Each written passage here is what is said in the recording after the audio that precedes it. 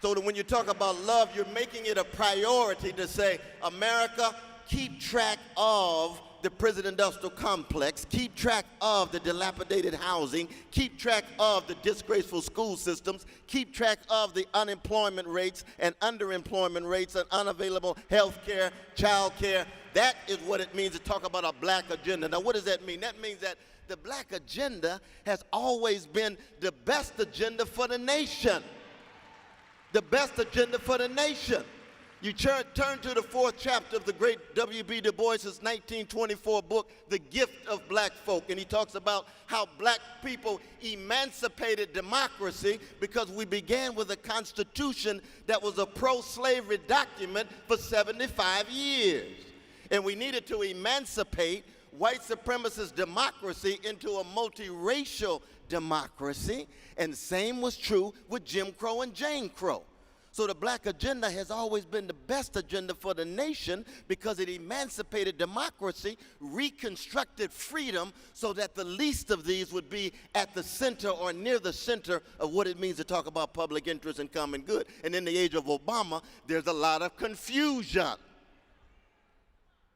Because to have a black face in a high place easily leads us to forget so many folks stuck in the basement of the house. And we get obsessed with the breaking through at the top, and we forget about the least of these. So we put pressure on our brother, loving pressure, but we already see that any president is under tremendous pressure from the strong, the corporate elites, Wall Street oligarchs, various powerful folk at the top, and can easily push Obama in such a way that he tilts too much toward the strong and doesn't focus the way he ought on the weak, on the poor, on working people. That's why we're here today. And I would want to add this too, that we don't have to ask permission from anybody to talk about black suffering and black social misery. We love who we want to love. And we love other folk whether they love us or not. That's what Martin Luther King was all about.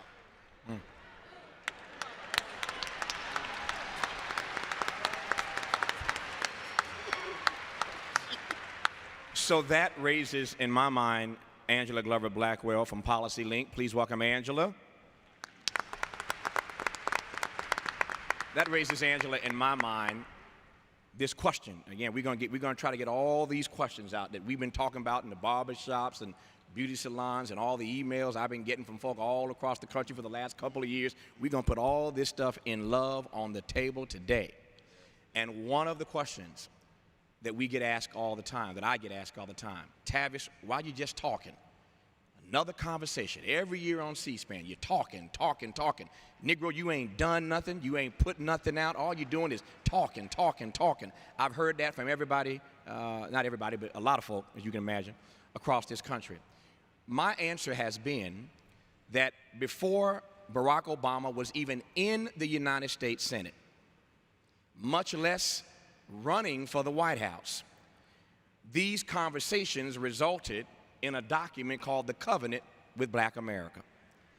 And that book laid out a 10-point agenda to which we were going to hold everybody accountable when we got to 2008 who wanted to be president. We didn't know who was going to be in the race. Again, President Obama was not on the national scene. He was not a United States Senator at that time. So it was never about singling out, demonizing, casting aspersion on him or anybody else, because the field had not yet been determined when we came together to put together this covenant with Black America. You were there. Policy Link was instrumental in putting that book together. Let's go back a few years. Again, before we were in the era of Obama, and talk about this Covenant with Black America agenda that laid out these 10 issues that mattered most to black folk, and what we were going to do about it, and how we were going to hold folk accountable once we got to 2008. So back me up a few years. So happy to be here, and so happy that you have asked me about the covenant, because as we're thinking about this question of do we need a black agenda, I want to remind everybody that we have a black agenda. We have a black agenda, and that process of putting together the covenant was so much the way I think it always has to be if you're serious. Whenever my staff says to me, we're going to a meeting, I say, what's the agenda? When they say we're having a meeting, I say let's put together an agenda.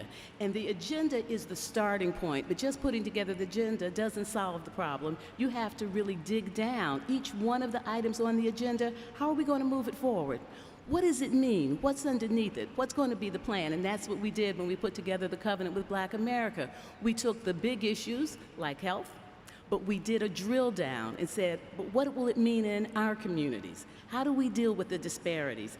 How do people even get into the situation we're in? What's happening in their environments that's leading to asthma and obesity and heart disease? So we talked about health, and we ended up talking about the absence of grocery stores. So that we developed an agenda and we did a drill down. We did the same thing when we talked about communities, urban communities. What's the urban agenda? It's about more than public housing. We talked about affordable housing and the fact that in America, where you live is a proxy for opportunity. It determines everything, and we explained that. These kinds of issues allowed us to be able to say, we know the areas where we have to focus, and then we looked at the data. Where are we? Where do we need to get to? That gap is what we addressed. How do we fill the gap? And we filled it with policy ideas. We took those policy ideas and we talked not only about what our elected officials needed to do, but we talked about what we needed to do. And so when you talk about an agenda, if all you want to do is put together an agenda, don't show up, because it's a waste of time. You put together an agenda to be able to lead to some change and achieve something. I want to suggest that we have fallen down, because not only did we do, here's the Covenant with Black America, we said, here's the covenant in action. This is how you make it real. And when I go back and I look at the covenant in action, and I think about all the suggestions we made to the country about how we could make it real, we haven't done it.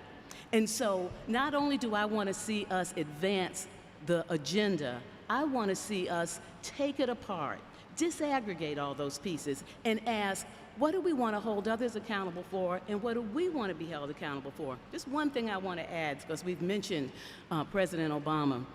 I've spent so much time in Washington working with the new president, and I have been amazed at how in this freeway of access, a freeway of access that brings us tea parties and brings us all kinds of opportunities for people to say whatever they want, he has been able to stay in the progressive lane. He's been able to stay in the progressive lane. And in that progressive lane, I have seen the Covenant with Black America go through each one and be able to check off extraordinary things that are happening because this president gets it. And when I talk about the president getting it, people say, well, what about everything that's not happening? My response is, I can walk and chew gum at the same time. I can be a friendly critic at the same time that I can praise progress that's being made, and we all need to learn to do that. As we go forward in this conversation, I'll add more specificity, but the main point to remember is we have an agenda, but we haven't done our part to realize that agenda.